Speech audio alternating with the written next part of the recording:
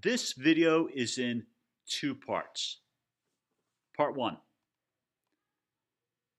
your note-taking sheet had room for you to take notes using 12 different sources. However, you were only given 4. So 8 of these will not be used. It depends on who your subject is. So let's assuming that your subject had 0 encyclopedias.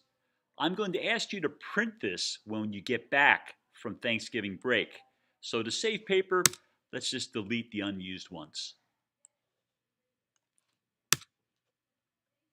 Do that before coming to class when we get back from Thanksgiving break. However, any work that you have done, don't erase it. Even if it's not in the final umbrella paragraph or the narrative essay, don't erase any work that you have done. You'll want to get credit for that. So here is work that a student did. Don't erase any of that. You're just erasing those sources for which you have no information. You took no information. And so forth down the line. To update the table of contents after you have deleted things, you go click on that. You'll see this item appear, and just click on that. And since you erased all those, you'll notice they disappeared. Just the sources that you actually used are left behind. That's part 1 of the video. Part 2 of the video is on MLA citations.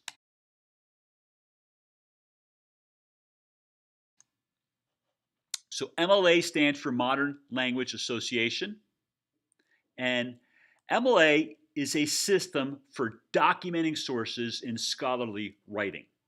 For over half a century, it has been widely adopted for classroom instruction and used throughout the world by scholars, journal publishers, and academic and commercial presses. There are other styles. There's what's called the Chicago style. There is the APA style. They're all slightly different. But if you learn one of them, you'll be able to easily adapt to the others. The style that we use here is MLA. So let's use this as an example. If you have filled this information out correctly, typing your MLA works cited will be really simple. Here is what it's ultimately going to look like. So I've just copied, pasted,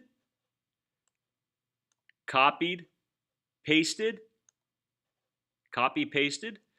And this is the order it should go in. For the most part, the order follows the order that this is in.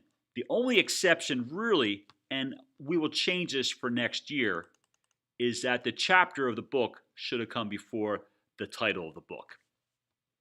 But here it is. Author's name comes first.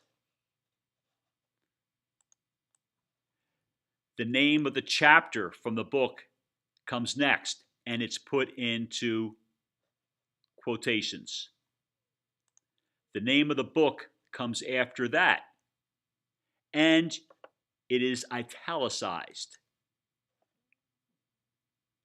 The city and state of publication come next, followed by a colon. The name of the publishing company, followed by a comma, then the year the book was published. That's an MLA book citation. Magazine, journal, or newspaper article, same thing. It really just goes in the order that it's listed here. Author's last name, comma, first name, followed by a period. The title of the article in quotations, followed by a period. The name of the magazine, Hopscotch. Time magazine, Life magazine. In this case, it's Hopscotch magazine, followed by a comma. The volume and issue number, if given. A lot of times you won't have that information, but if given, that would come next. Comma, followed by the date of publication. In this case, Hopscotch is published 6 times a year. So this is the April-May 2009 edition. And the article was on page 2. So it follows the exact same order that you have here.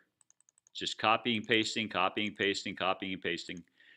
You did not get this one from the internet. We provided it to you as a hard copy, so you actually had it in front of you. But if it was from the internet, you would include the URL, www. whatever the URL is, and the date that you viewed it.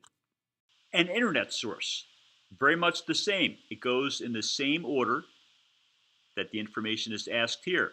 So author's last name, comma, first name.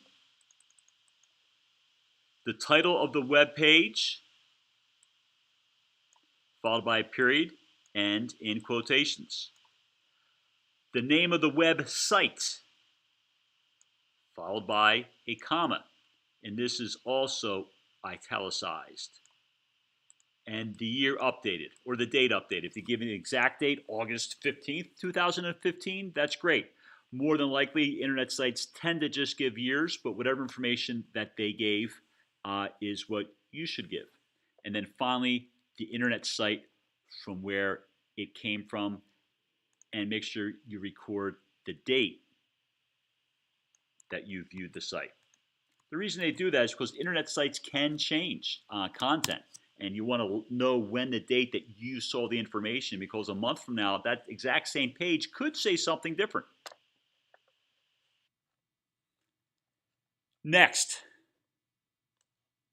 copy, paste, space, space, copy, paste, copy, paste.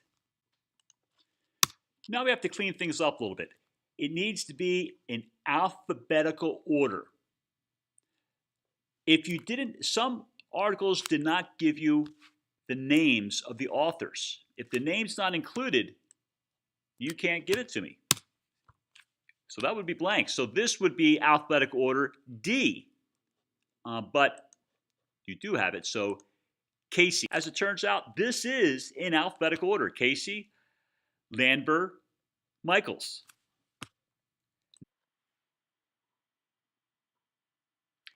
There are a few other minor formatting requirements that we will not concern ourselves with this time around, as long as all 4 of your sources are under the Works Cited label on your umbrella paragraph, and mostly, as just explained, you will be good.